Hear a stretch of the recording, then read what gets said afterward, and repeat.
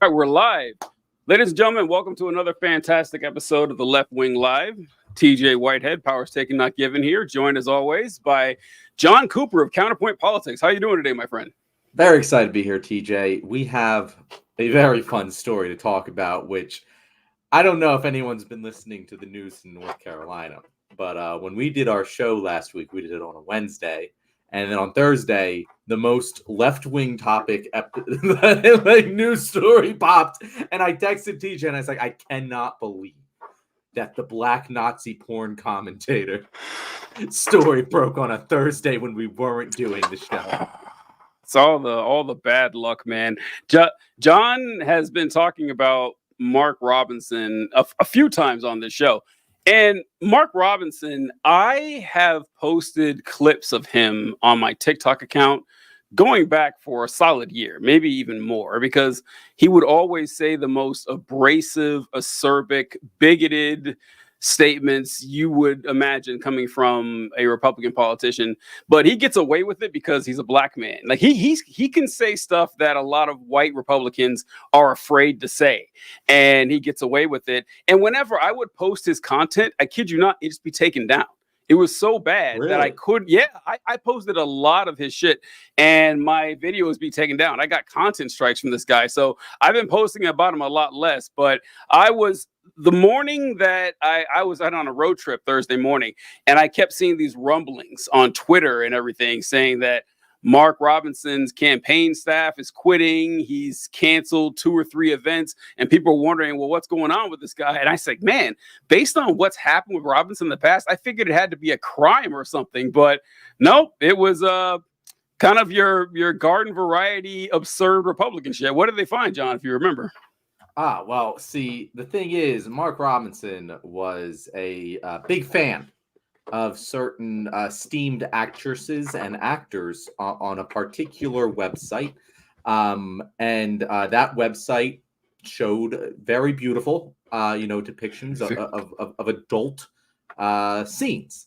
And what he wanted to do was contribute to the intellectual conversation on these forums, in these comment sections, like many of our esteemed viewers like to do, and ensure that they can relate to comments like, quote, "I'm a black Nazi," which is honestly one of the funniest things that a political candidate can possibly be accused. Like, it is so funny that he just has to live with that.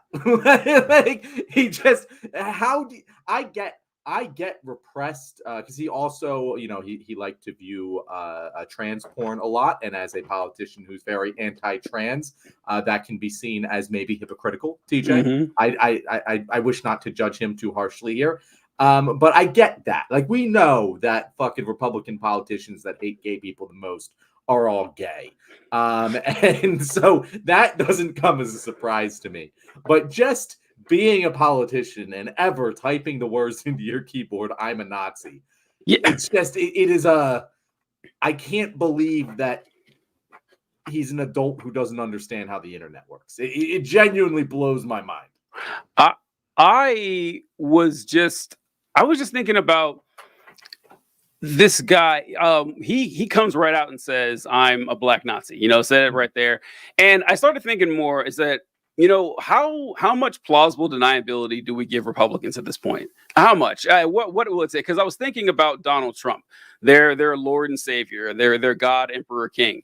And in the past 2 years, he has openly praised this Mark Robinson guy as the next big thing in Republican politics, a guy who comes out and says, "I'm a black Nazi." Candace Owens is a black Nazi.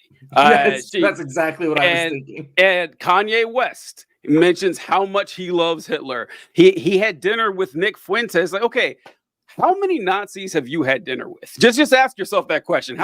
To my knowledge, 0. And Donald Trump is best buddies with at least 4 of them. That's just the ones that we can name. And you could name a whole lot more that weren't just quite so explicit about it. But even if you think Trump is somehow innocent and he's just unaware of all this, you got to question his judgment, right? And you got to question your own morals. Like how many? You remember that time Tucker Carlson's head writer got fired from Fox News because it came out that he was posting a bunch of Nazi shit online and white supremacist stuff, and Tucker Carlson just dismissed this. Oh, we don't need to judge this guy. He's gone through a whole lot. And it's like, you just got to, it was the #1 watch cable news show in the United States, which meant millions of people got their news that was written through the eyes of a white supremacist, and nothing happened. There was never any national moment of reckoning or anything. I just think people are just really comfortable with the shit, and they're becoming, more open about it. Well, that was my #1 reaction to this. Well, besides just laughter. Laughter was my #1 reaction to this story. But my #2 reaction was, does this matter? Like, I'm actually kind of, because there was a big buildup to this story. Like, there was a huge buildup. The whole day, it was like, yo, guys, there's some story dropping about Mark Robinson. And I thought he, killed someone. I thought it was probably, my first guess was sexual assault. I did not in a million years expect the story to be what it was.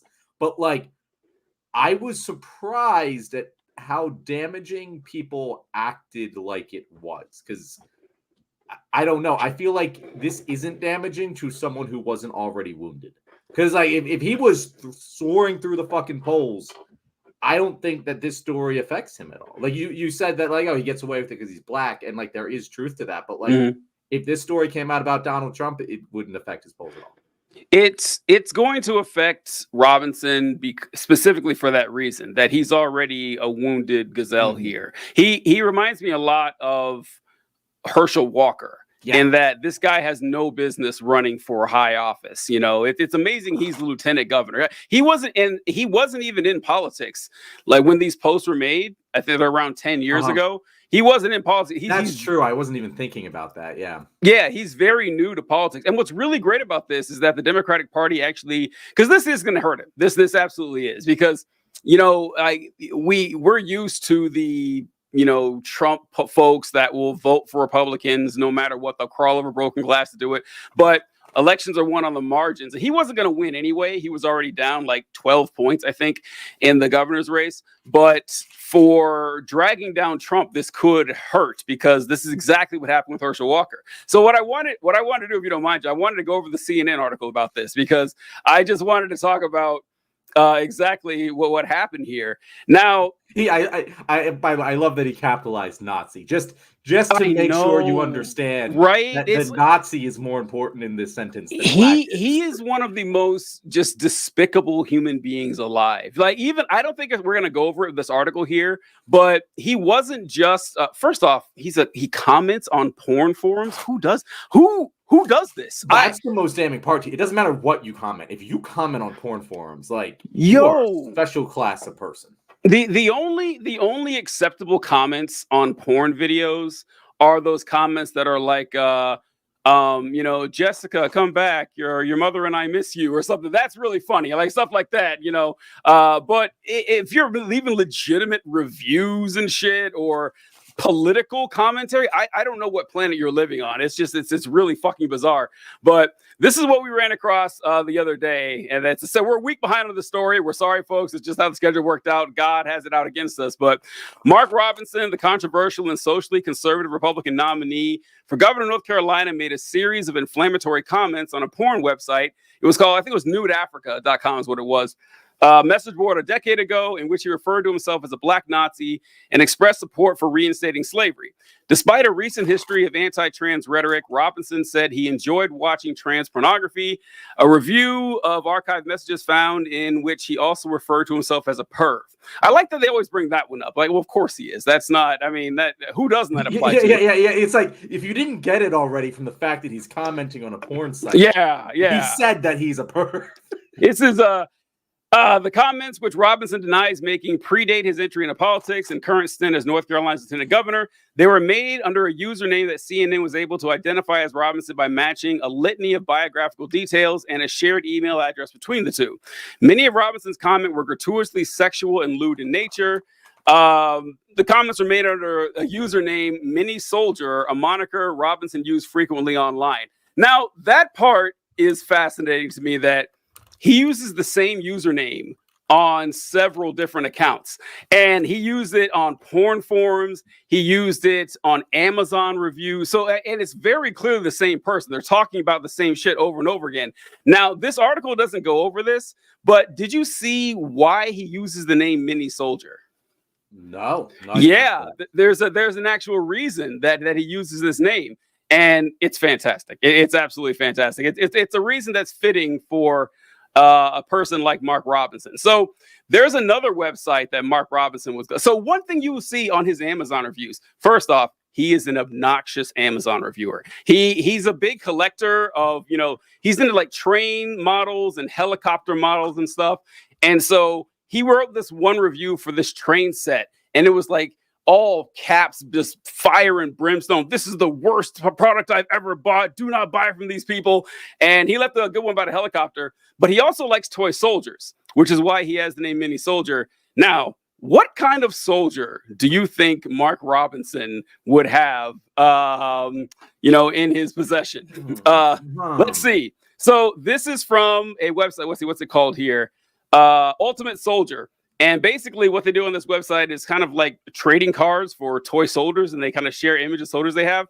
These are SS troops, and these are figurines that Mark Robinson shared on this website. I'm not sure of the year, but down here, well, it's too small for you guys to read there, but it says, some very good looking Germans here, Mini Soldier. Some great poses on them too. Basically giving a review on this. Yeah, so the Mini Soldiers refer to the mini Nazi soldiers that he has in his possession that he shares with his buddy. So yeah, it's a great guy, Republicans. Good job nominating this guy to. TJ, I got to give credit where credit is due. Those are some pretty bomb-ass toy soldiers. Those are really detailed miniature soldiers. Like, the Nazi uniform, it just happened to be there. Like, you got them for the quality. Yeah, of course. Yeah, sure. Nothing to yes, do absolutely. with he enjoyed the craftsmanship. Yeah, that's what he was into. But yeah, this is the kind of guy Mark Robinson is. That he's just I don't know if I've seen anyone this into being a Nazi. I really don't. I'm having a hard time thinking of someone who's just more engrossed into it. Now, with Robinson, okay, let me go back to the thing here. We're just reading. Many of Robinson's comments stand in contrast to his public stances on issues. Publicly, Robinson has fiercely argued that people should only use bathrooms that correspond with the gender they were assigned at birth. He's also said transgender women should be arrested for using women's restrooms. If you're a man on Friday night and all of a sudden Saturday feel like a woman and you want to go to the women's bathroom in the mall, you will be arrested, or whatever we got to do to you. We're going to protect our women. Yet privately, under the username Mini Soldier on Nude Africa, Robinson graphically described his own sexual arousal as an adult from the memory of secretly peeping on women in public gym showers as a 14-year-old. Robinson recounted the memory he said he still fantasized about. And then he goes on saying, where is it right here? I like watching transgender porn. That's fucking hot. It takes the man out while leaving the man in. And yeah, I'm a perv too. And his response, did you see his response video is great. Basically what he said, this is not us. These are not our words. And this is not anything that is characteristic of me. I'm not going to let the minutia of how somebody manufactured this, these salacious tabloid details. Basically, Robinson's defense is that AI is the cause of this. Have you seen that defense? I actually haven't seen his defense at all because come on. CNN doesn't publish this story. It's kind of like when the federal government brings a charge against someone and it's like, oh shit, he definitely did this? He did this. I don't need to really hear the other side of this argument, especially when other Republicans are coming out against it. It's the case. But what did he say? He used an AI excuse? Yeah, he says that this is I forget the words he says, that this is like a salacious tabloid attack and that AI is responsible for this, which would be kind of odd because it's not as if, well, first off, these posts are like a decade old. So someone would have to create an AI to frame a nobody named Mark Robinson 10 years ago by using his username, his email address, his fucking picture. He uses the same profile picture that's actually him. And it's corroborated with all these different websites. Yep, that's him. That's his username. That's the email address. And he's saying that, yeah, this is AI. They're out to get me and everything. Of course, it's not true at all. It doesn't make any sense in any possible way. But it did remind me about Joe Biden. I'm staying in the race. I wanted to get that. We need to get that drop for the show. This would be great for that. I'm staying in the race. And the Republicans know they're cooked on this. Half of his senior staff has resigned. They were already going to lose. They're probably just looking for a good way out. But it's not going to be good for your resume if, oh, you were the person who was pushing for the black Nazi to get elected. No matter who you are, that's not going to look good for you. So I can see why they dropped out. What I'm curious about is how this is going to affect Trump, because North Carolina is razor thin. It wasn't even supposed to be. It was like a marginal swing state. And I checked the polls right before it got on, the aggregate polls on 538, and Trump is up by 1 point in North Carolina. And I think this could do some damage. It could. It's not necessarily that people are going to turn against Trump, but all you need is a few people who are a little less motivated to go out and vote. And that will happen. That will happen. This isn't going to make more people vote. Well, it will make some people vote for Mark Robinson, but your average person in North Carolina is. I saw a Young Turks interview on this, and they were asking people what they thought about this. And people were saying that, well, I don't believe it. About half of them. And then about a quarter of them said, no, this is just, he's still better than the alternative. And about a quarter said, yeah, it's kind of hard to support someone like that. So, it's going to be on the margins, but it's certainly not good news for Trump. Yeah, no, that's what I've been trying to figure out. Is this a real thing, or is this just a slow news cycle? We're going to talk about it, sort of thing. Because look, it only matters because it's North Carolina. Yes, only matters because it's a swing state where voter turnout margin of 0.1% could make the difference between the state. And so, I'm trying to put myself in the shoes of someone who's they're not going to show up to the polls because of Mark Robinson.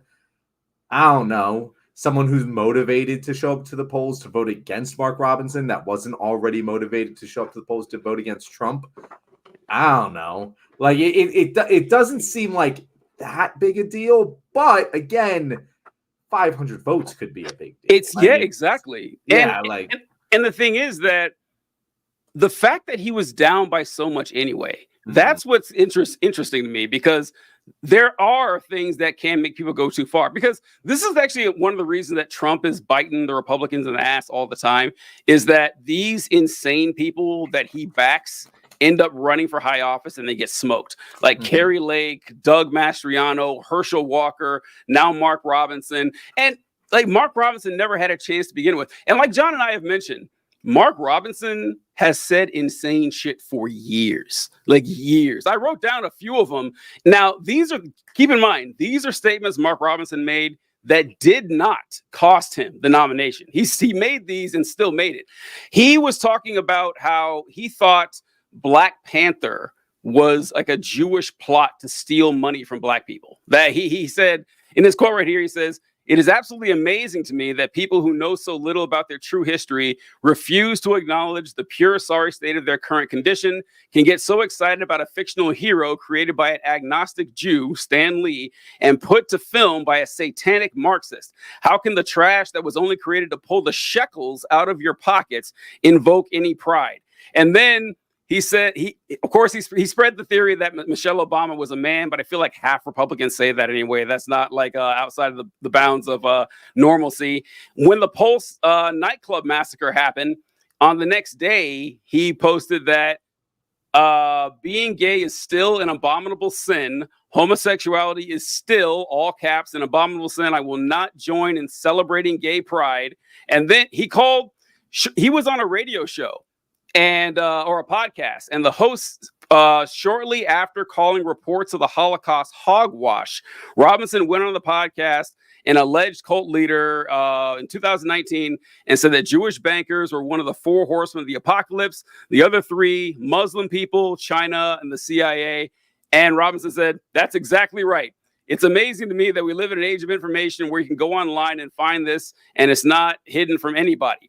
And the one last thing, he says that we find ourselves struggling with people who have evil intent. There's a time when we used to meet evil on the battlefield. And guess what we did? We killed it. Kill them. Some liberal somewhere is going to say that sounds awful. Too bad. Get mad at me if you want to. Some folks need killing. It's time for somebody to say it. These are Mark Robinson's words, not mine. Just so everybody knows. It's not. No one clipped this. YouTube, we are reporting the news. No, we are YouTube, not this saying is this just to this is our a audience. quote from a lieutenant governor of one of the great states in this union. It is not a matter of being mean or spiteful. It's a matter of necessity. None of that got him like it's not that he wasn't vetted. Like these were statements that he made that everybody knew about, and the stuff that he wrote, we didn't even guys. There's like a dozen more things that Robinson wrote, like the part where he said that he thought slavery was fine, we should bring it back. You remember that? Yeah, no, it really there's so many like different things involved in this story to talk about, which is why it's so fun. Because yeah, the craziest part of this is that this is what got him fucked. Like it honestly is a little insulting that because to me, I don't give a shit if what you put on fucking porn forums 10 years ago. Like you could reasonably tell me that like, oh, dude, I like trolling on the porn forums. It's fun for me. It's a character. It's my kink. Whatever the fuck. I can buy that. I can get along with that. You agree with me on everything else. It's like, you know what? That's your thing. That's your thing. I'm not too concerned about that. That is so much not as bad as the rest of as just the normal shit that he says. Everything else should be far more disqualifying. Besides maybe the Nazi soldiers thing. The Nazi one is the big one. Yeah, that's pretty bad. But that's also not getting the headlines. You know, like that's buried deep within the article that no one really cares about. But like, it's weird that this is the thing, and it only is a thing because he's a Republican. You know, like he can't exist as the guy who's so anti-gay and anti-trans and also be this guy. Those two guys don't exist together. So like it completely screws his entire base, which is why it kills him. But it is kind of sad that like, you know, just saying that fucking straight people are superior to gay people wasn't good enough to disqualify him immediately. Yeah, there was yeah, I know, right? So like the part where he talks about he's not the fact that he enjoys trans porn and everything like that. That's like you mentioned before. That's not terribly surprising. Like a lot of people that have a lot of hatred for marginalized groups, you know, have sexual. Like it's kind of like when when men say that they're not misogynists, you know, like I love my girlfriend or I love my wife. It's like, oh, I can't hate women. I'm fucking one. Like, no, sorry. I don't think that's how this works. And this happened like slave owners rape their slaves all the time. You know, Strom Thurmond, who was a modern era radical racist, you know, he had black children, you know, and so this isn't anything new. The statement he made about Martin Luther King, did you see that one? No, I heard Trump called him Martin Luther King on steroids. Yeah, I didn't hear what Robinson said about Martin Luther King. So Martin Robinson, well, anyway, I don't deal with the quote, but I remember it. He was talking about the KKK, and he said that it's too bad that the KKK doesn't allow black people to join because he would join them.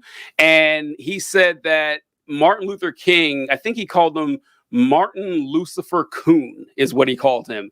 And which makes it very funny that I actually pulled it up here. Let's see if I can share it with everybody that Trump said this about our good buddy, Mark Robinson. Let's see what we got.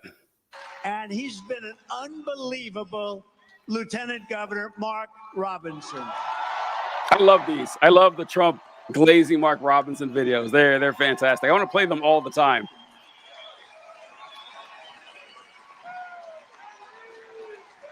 I heard him, and by the way, his wife is much more lovely than he is. I can tell you that, and she's my friend.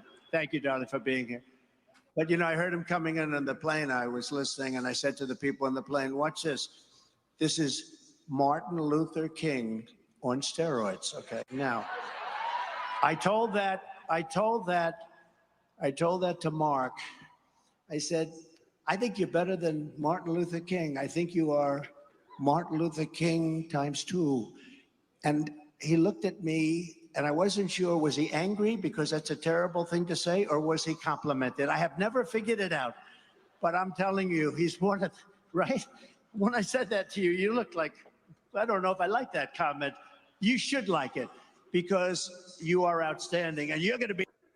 All right.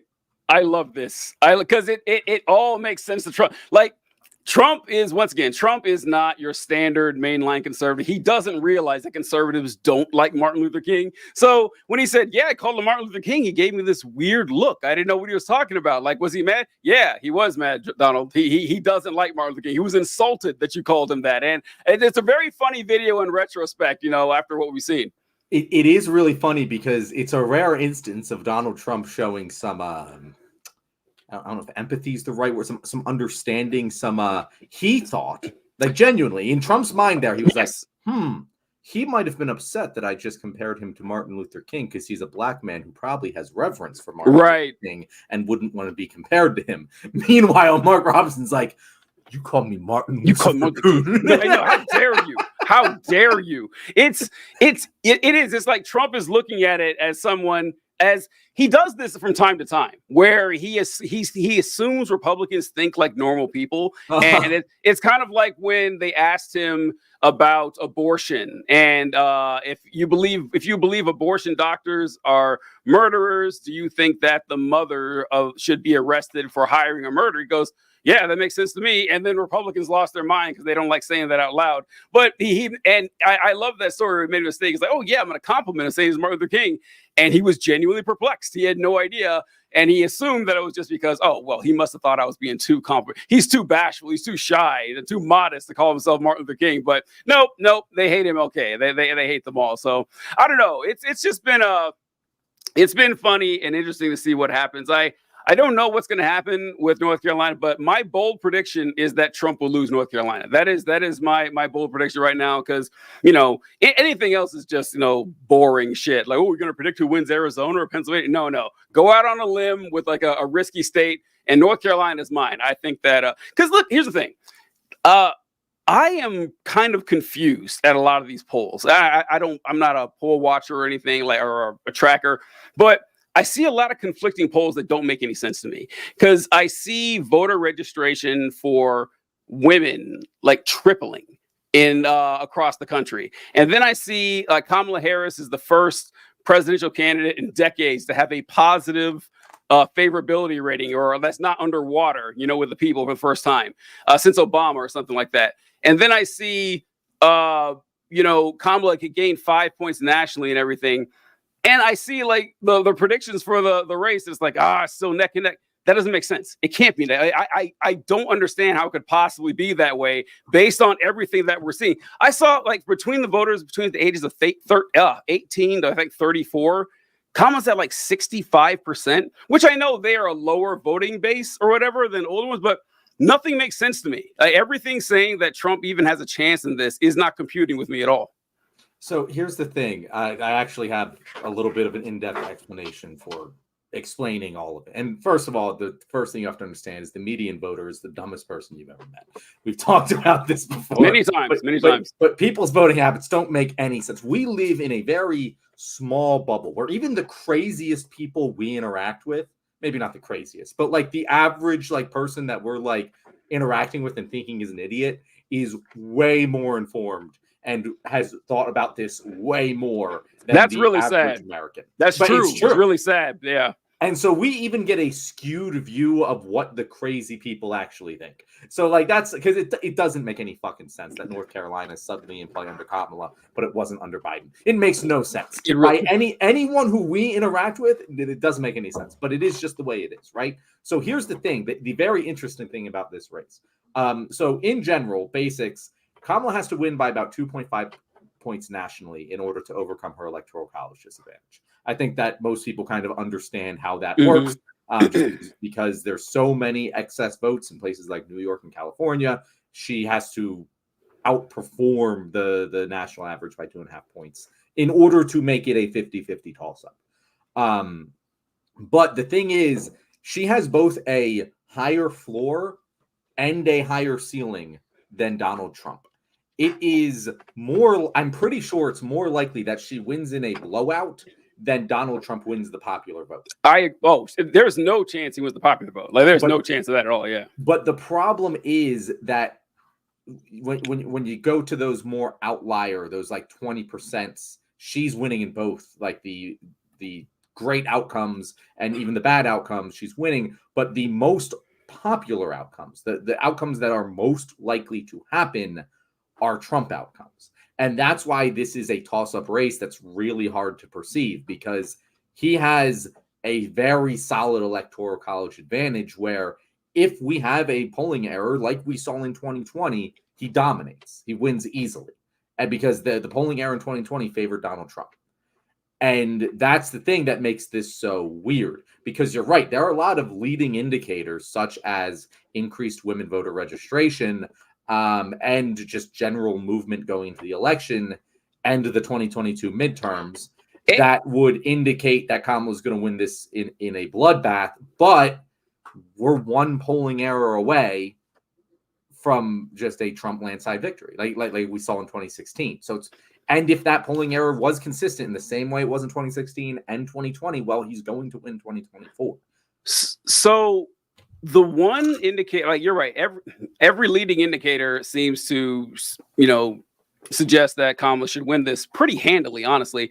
The one that's the biggest to me is the swing states that for a while Trump was leading. Like back when it got really bad for Biden, Trump was leading in every single swing state, like every last one of them.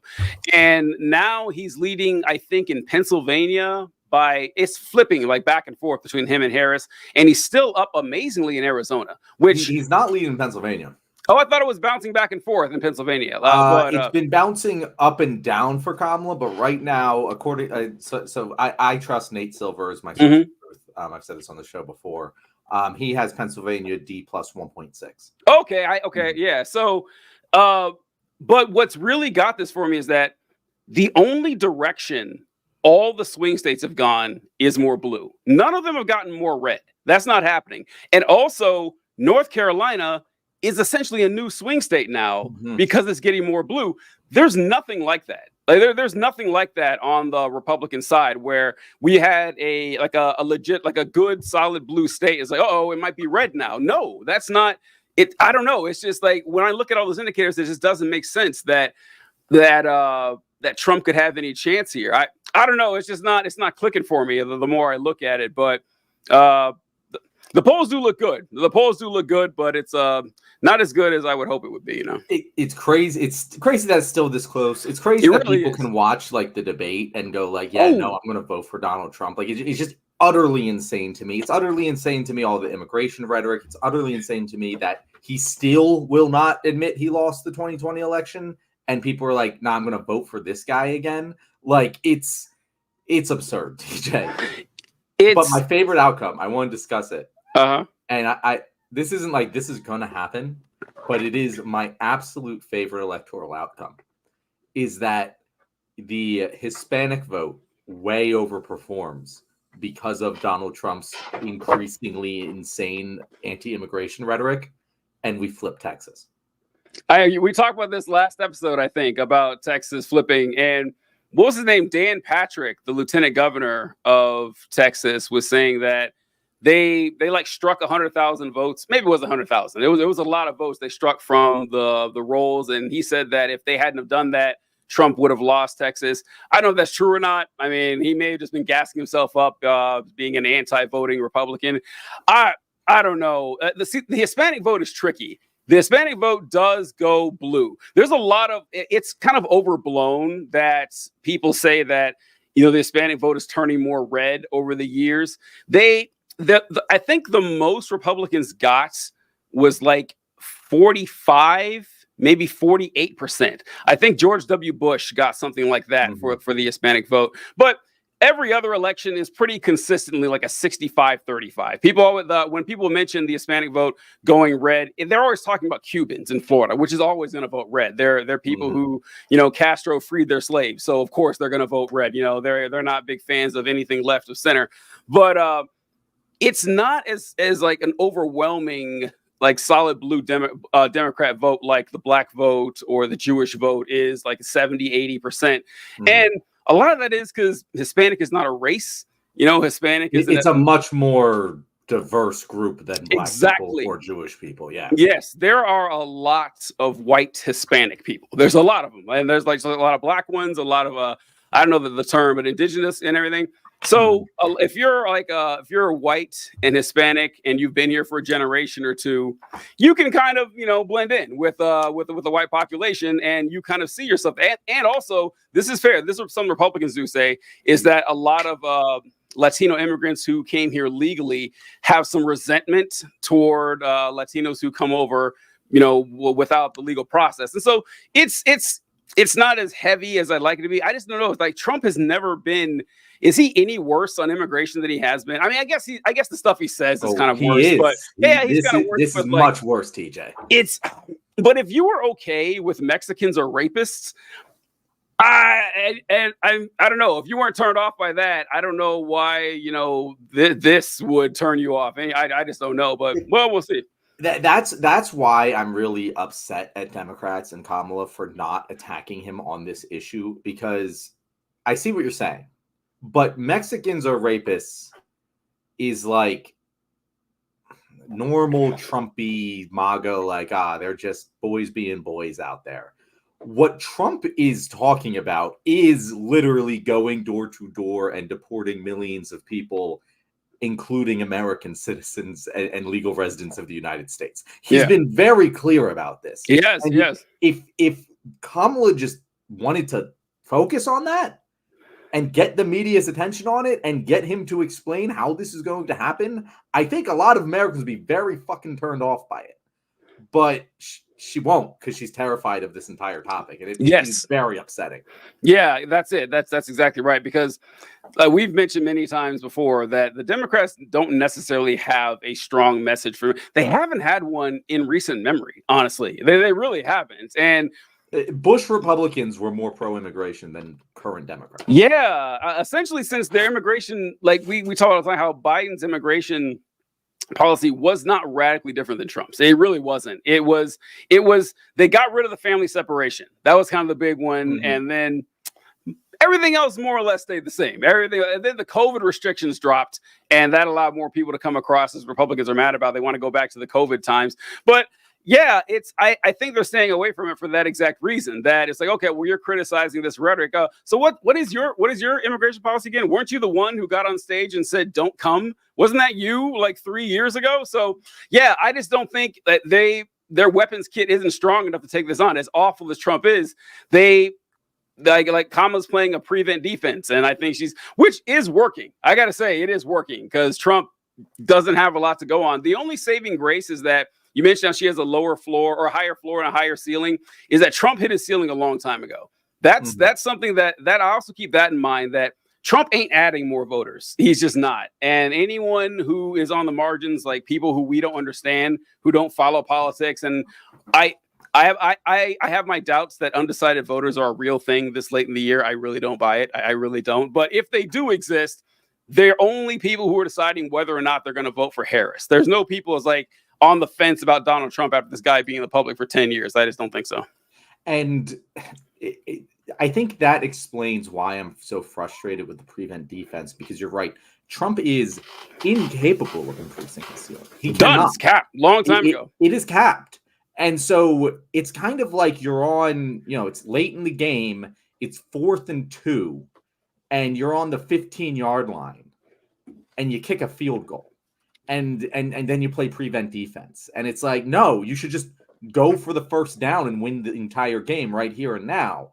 And Kamala isn't doing that. Like, she's playing normal politics more competently, significantly more competently than Joe Biden was. But the playbook, it's all the same plays.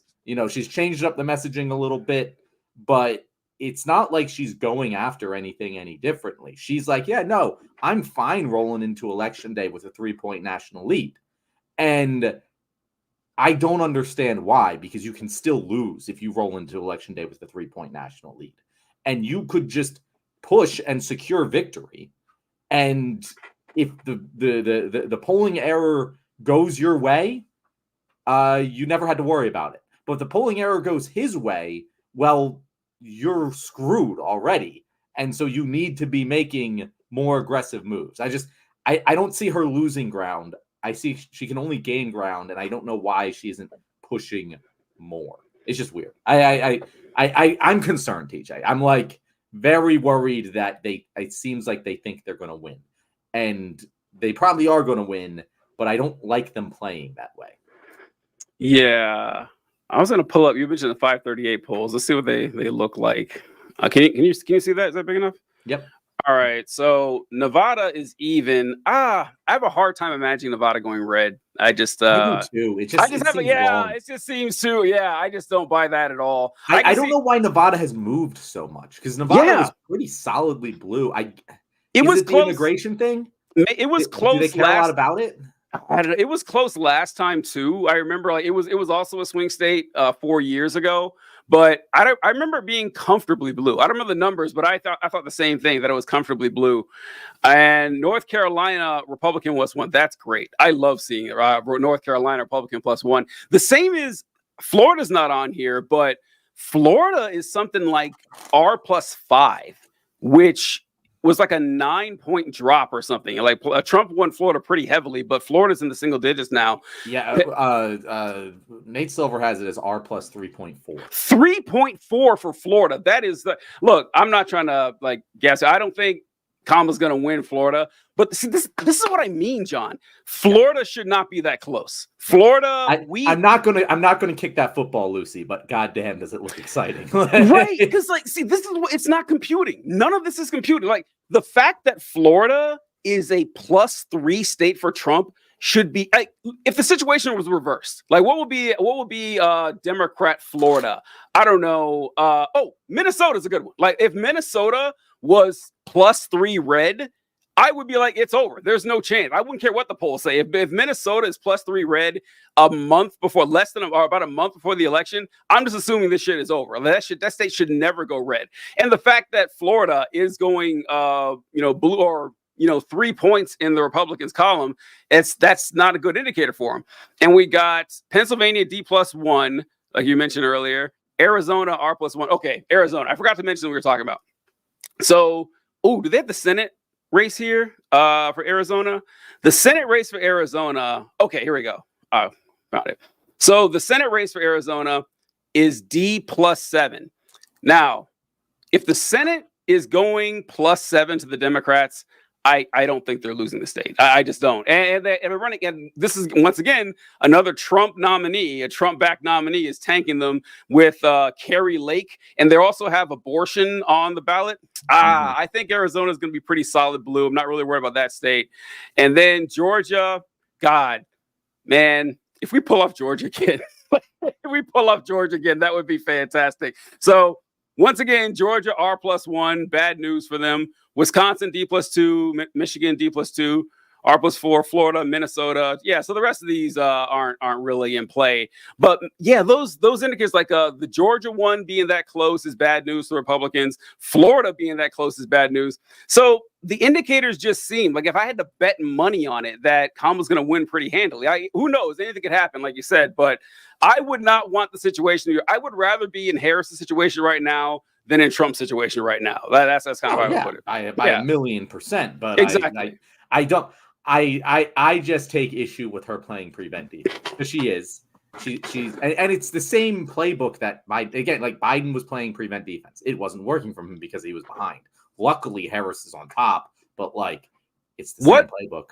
What would you advise her? Because I wouldn't advise her to go after the immigration that hard. I really wouldn't, because not with her policies. Exactly. Yeah. Because what are you going to say? Or what are you going to say? Like, assuming you can't change course for Kamala Harris and make her, think like we do. Mm-hmm. I wouldn't tell her. I would tell her to make fun of him, because that gets under Trump's skin, and to mock the crazy things he says. That works really well. But when it comes to the electioneering part, what would you tell her to go after him more on, or to, because here's the thing. I don't think she's afraid of chasing people towards Trump. She's just afraid of scaring off people, because she's still a revenue commodity, and she could easily say something that could, tip the scales, but people away from her. And that's what she's worried about. Yeah. So if I were her, I would be, first of all, the fact that she's not doing interviews and shit. Yeah. I don't get it. I do not get it. It doesn't make any sense. I don't even understand what they think the strategy is. Because it goes against everything that you know about politics. have my candidate be around less? I do kind of get it in that what you're doing is working well enough. You're getting a solid B plus, so you want to take a risk getting a C minus when you're getting a B plus like this close. But the thing is, there's no reason to believe that Kamala Harris is just going to fall on her face. Yeah. And like, I just don't. I don't know what you're afraid of. Like in interviews that I've seen, and when she's in the debates and stuff, she can think on her feet. She's charmed. People like her. On stage, she's kind of boring. She's not necessarily an inspiring speaker or whatever, but nothing that I would be terrified about, you know? And like, I think she should do that. That would be a good thing, just to be out there more. Even if what you're saying is the same shit you're always saying, let people see you more, because the more people see Harris, the more they tend to like her. Exactly. And I hear this argument like, oh, the traditional media, like they're not actually, like no one cares, like that. They're not going to get the message across. They've been shit to the Biden administration, so she shouldn't give them the airtime. And I'm like, okay, you want to make the argument that you shouldn't be doing interviews with traditional media? I'll buy it. I don't necessarily agree with you, but I see it. I don't either. But like, I don't know, do an interview with Michelle Obama. Do an interview. I guess she did one with Oprah, but like, do an interview with George Clooney. Do a fucking Instagram live where you just chat. That is one thing, TJ. I don't understand why politicians don't do it more.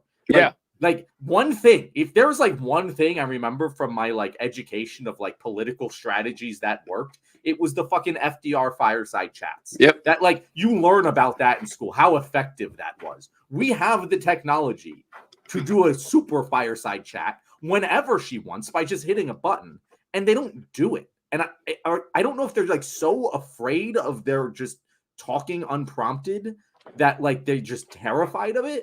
But like, I don't get it. Like, just have some balls, be a person, and just put yourself out there. You're getting compared to Donald fucking Trump. It can't be that bad. I know. I agree 100%. It is the.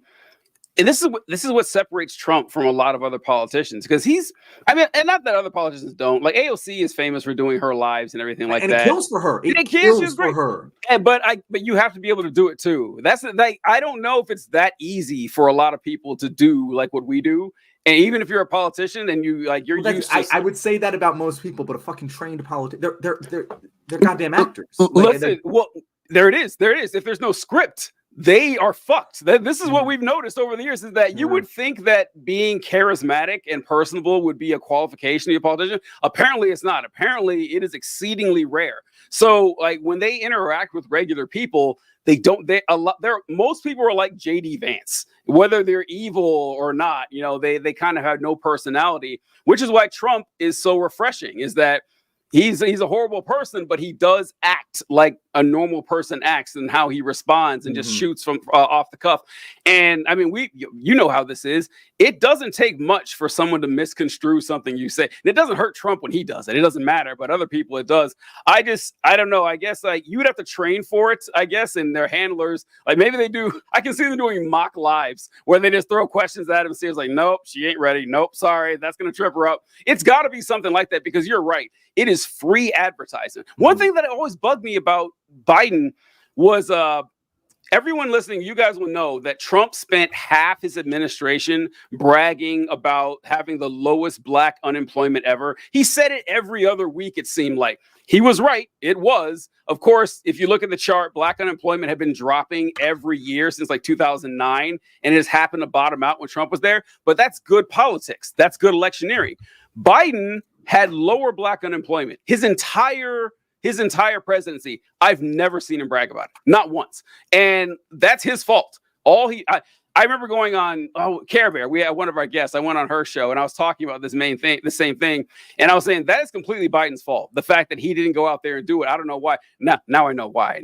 After the debate, I see why Biden didn't go out and make a lot of speeches in public and everything, bragging about that, because he'd have fucked it up. They didn't let him, but Kamala should be doing that stuff. Like she can handle a 3 or 4 minute quick press interview. That she can definitely do that, and she hasn't. I don't know.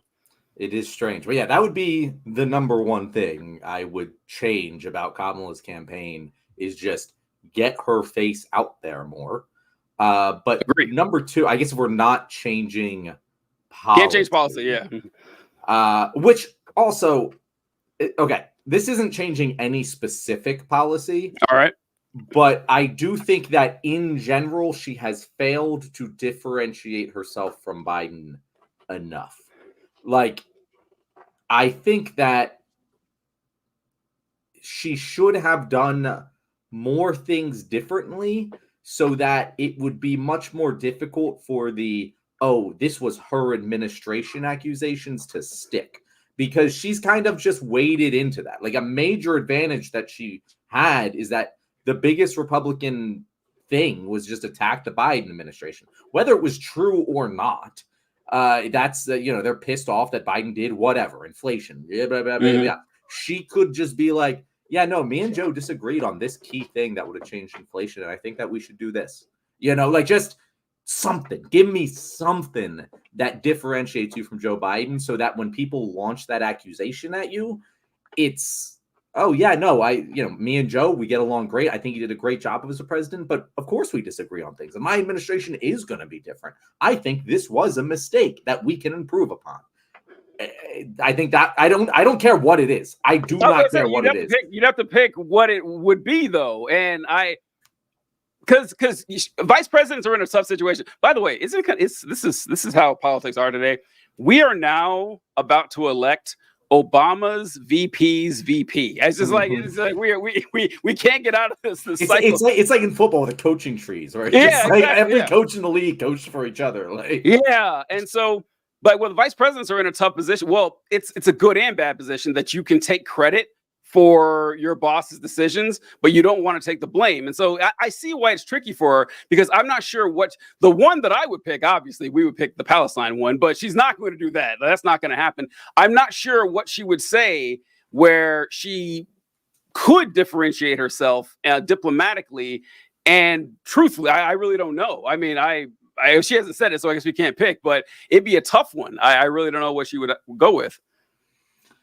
I mean, because like you can't do it on like the inflation, whatever, because they're very proud of the Inflation Reduction Act, and the Inflation Reduction Act did slow the rise of inflation. That is another thing. She could just talk more about that. Like if you're going to hitch your wagon to Biden, that's fine, but like maybe just explain what the fuck that is, because people still don't understand. This is the thing that pisses me off about Democrats so much, TJ.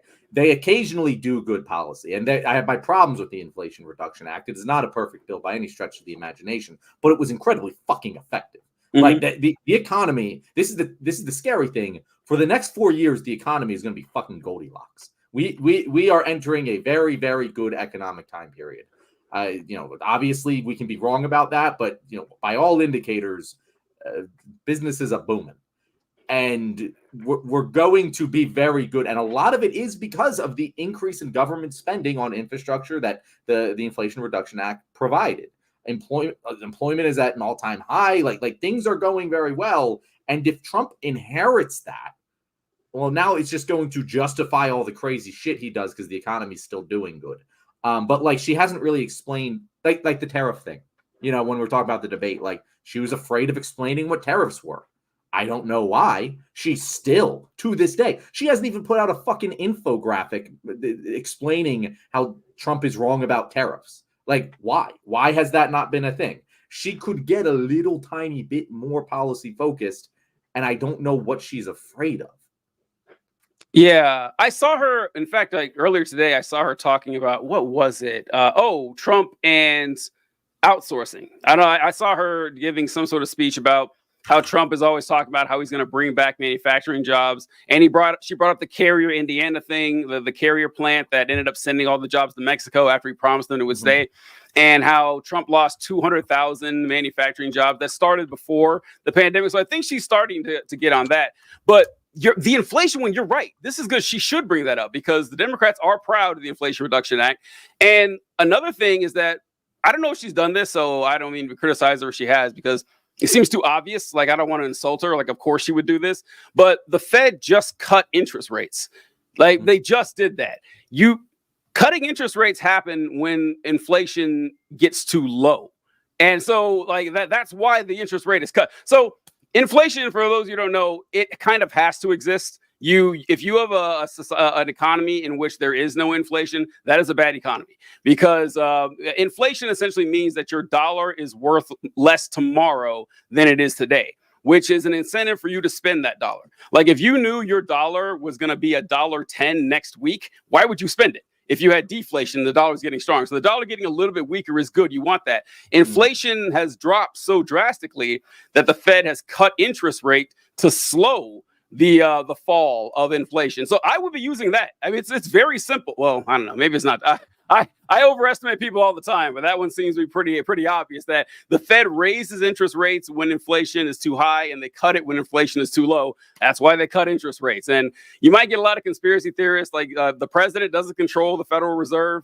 It's its own entity, which is kind of fucking weird, but it's its own entity, you know.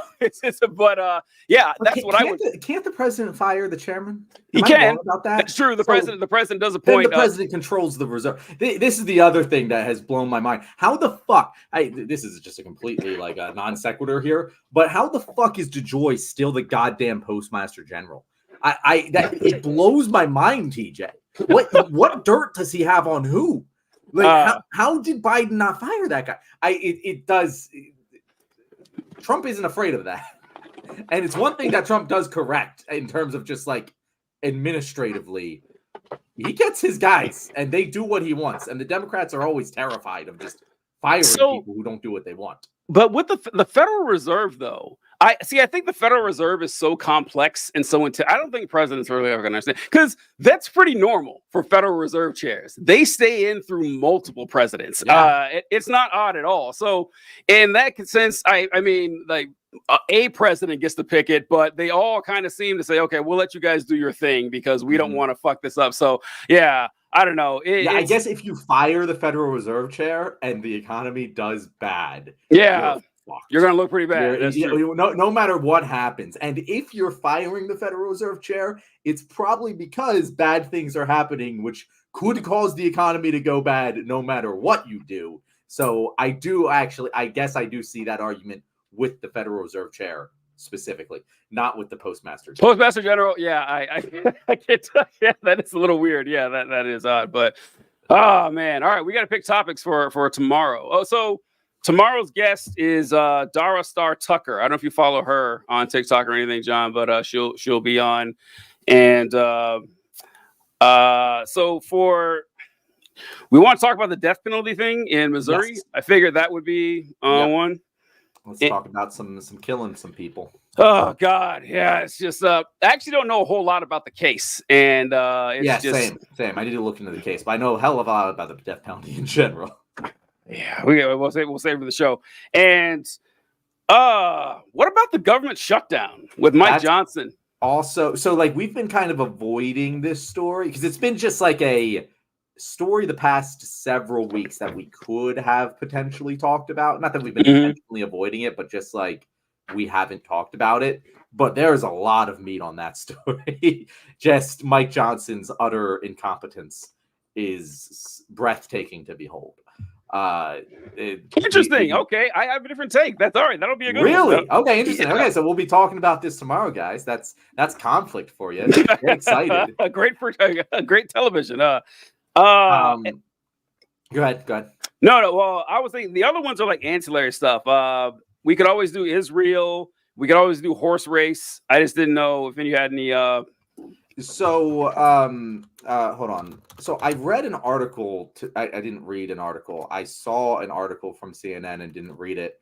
But did you see that the White House has like ceased the ceasefire talks? Oh yeah, I did see that. That they've kind of just given up on it. I heard what's his name, Blinken was saying that it doesn't look like either side wants a ceasefire or something. Yeah, there's definitely something, but shit, I'm not like seeing it when I look it up now. It was like a CNN politics story, but it was like, the White House has basically given up. But yeah, let's just pick an Israel. We'll put a blank slate of Israel and we'll do that. And over a year, this has been going on. Over a year. I haven't seen. That's crazy, isn't it? Like October, it's coming. Like we're about to hit the fucking almost here. Yeah. And now we're in Lebanon too. It's just God, Yeah, it's crazy. So what was Israel update? So I've seen news stories today, but I have about Kamala giving a speech with detailed economic policy. I haven't seen stories about that speech or what the policy is. Oh, I I haven't want seen to that. talk about it if there's anything there. Okay. But like I also just haven't seen it. right. So if that didn't really happen. Well, we could loop that in with we can do like an extended version of what we did today and talk about the Harris campaign and what we do like and what we don't like. I think that could be pretty good. Okay, that works. If we can't find anything specific on the policy for slash Harris. Okay, no, she did. Okay, so I'm finding some stuff now. Okay, all right. Kamala Harris focuses on middle class and economic policy speech at Carnegie Mellon University. So I'm just gonna send this over to you, TJ, and we'll do that. That'll be our fourth topic and just general Kamala policy discussion. This is something we complain about a lot, but I do still hate that we keep using middle class. Like I really hate that. But I guess it works. I guess it works because you remember when Chuck Schumer said that they're going to, sure, we may lose a blue collar worker here and there, but for every blue collar worker, we're going to gain 2 suburban voters.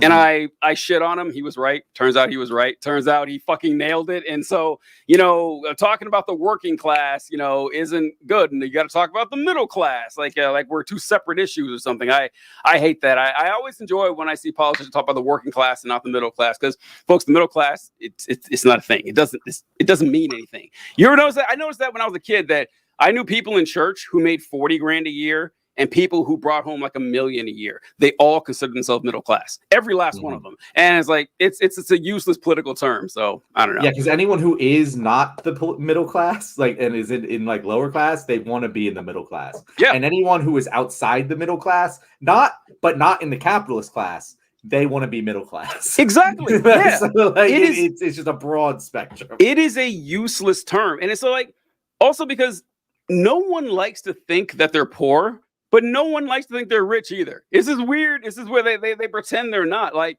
I always say, well, I don't always say this, but I generally like, I'm not rich, but I might as well be. That's kind of how I see it, in that if you don't have to worry about buying random shit whenever you feel like it, that means it's free.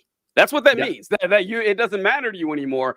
And like, I wouldn't call myself rich, but I realized, man, pretty much no matter how much money I'd have, I'd probably still think the same way. Like, no, I'm not rich. I'm well off, but I'm not rich. I'm not one of those guys. I can't go out to eat every single day, but on any given day that I want to go out to eat, I can.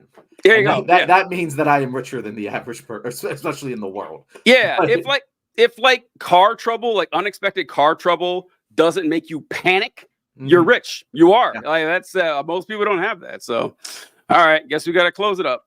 Any last for watching? You guys had fire comments today. Thank you. This is our live Q&A, guys. We had no comments, but that's okay. We can carry the show. We don't need you guys. I can't remember the last time that's happened. Actually, that we had no. Happened. Yeah, that's weird. Oh, there's Kyle. There you go. The middle person. I like it, Kyle. Coming in for us. All right, we appreciate it. See you guys tomorrow. Later, guys.